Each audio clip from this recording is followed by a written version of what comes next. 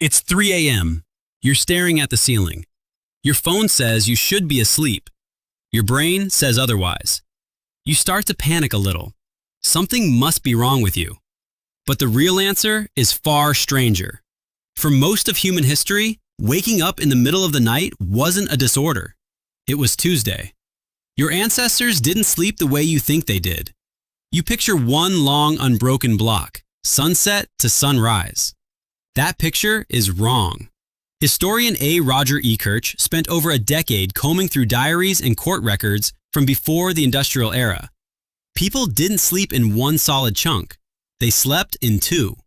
The first sleep began a couple hours after dusk. Then, around midnight, people simply woke. Not from a nightmare, just because that's what bodies used to do. They called it the watch. They prayed, they talked, they lay in the dark, thinking. Then a second sleep carried them to morning. Sound unfamiliar? It should. Electric light erased it. But your body might not have gotten the memo. Here's where it gets stranger. In 2013, sleep researcher Jerome Siegel studied 3 of the last pre-industrial societies on Earth: the Hadza, the San, and the Tsimane. No electricity anywhere. If segmented sleep was the true ancient default, this is where you'd find it purest. You didn't. All 3 groups slept in a single block, about 6.5 hours, night after night. So which is it? Was Ekirch wrong? Both are right, and that's the unsettling part. Sleep was never one fixed program. It was flexible, shaped by light, danger, and daily rhythm. Long, dark European winters split the night. Steady equatorial daylight never demanded it. What does that tell you about your own 3 a.m. eyes wide open moment? Your nervous system doesn't have one correct setting. It has options. For most of human history, briefly waking wasn't a malfunction. Someone could check the fire. Someone could listen for danger. Anthropologist Carol Worthman has studied sleep across cultures still living outside industrial schedules. Her research keeps returning to one point. Sleep isn't primarily biological. It's social.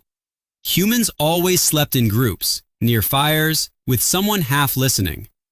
You sleep alone, sealed in silence and dark, and your brain still expects a tribe on the other side of the wall.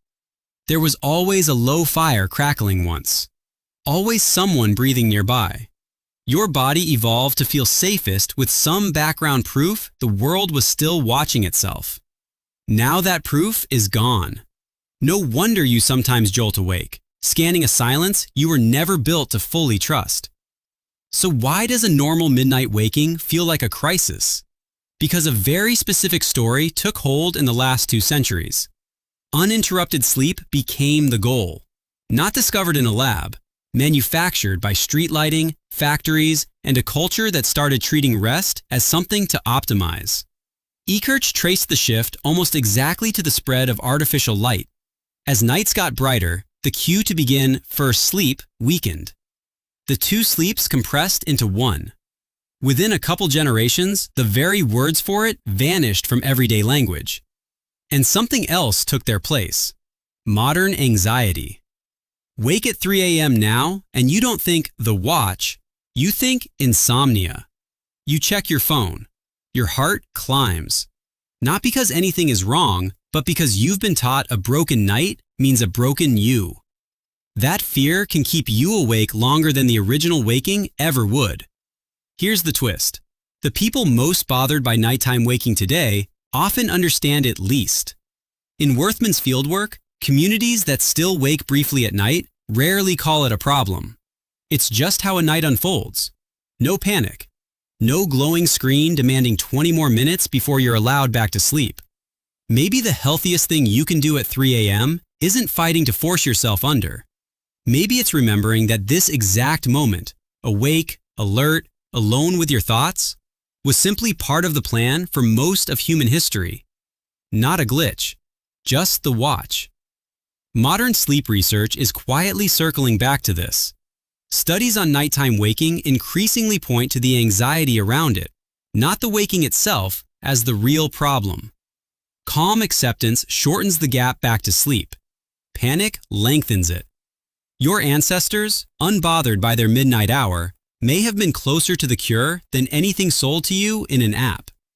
So the next time you're staring at the ceiling at 3 a.m., consider what your body might actually be doing. Not malfunctioning. Running a program written long before electric light. Long before anyone told you sleep was supposed to be one flawless block. Your ancestors woke in the dark too. They just reached for the quiet and let it hold them until sleep came back on its own. It's 3 a.m. You're staring at the ceiling again. But maybe nothing is wrong with you at all. Maybe you're simply keeping the oldest watch there is.